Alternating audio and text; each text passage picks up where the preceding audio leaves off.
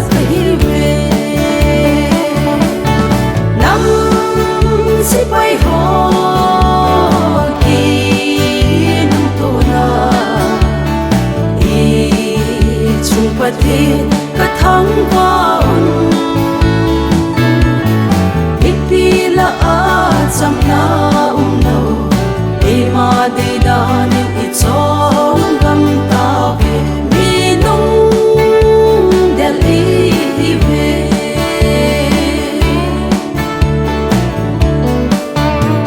sẽ khi rồi ya mấy đi bao thô in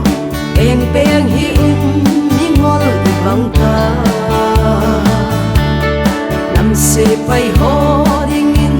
lung kham dâu đi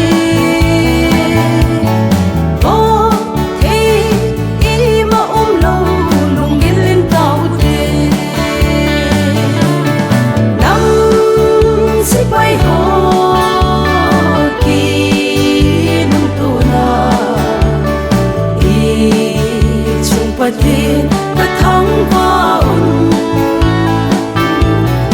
ít pi là a chăm na nâu để mà đi đa nên ít chốn gam ta về mi nung để đi về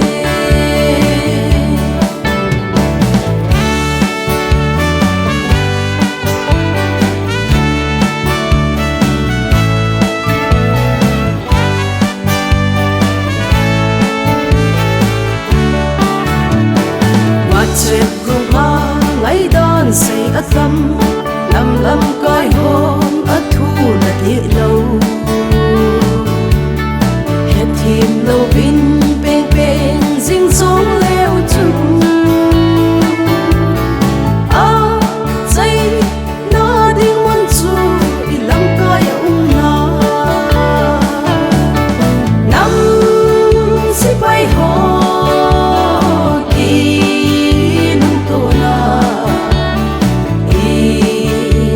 bát thiên cả tháng qua un ít pi là a chăm na nâu để mà đi đa nên ít chốn gam ta về mi nung để đi về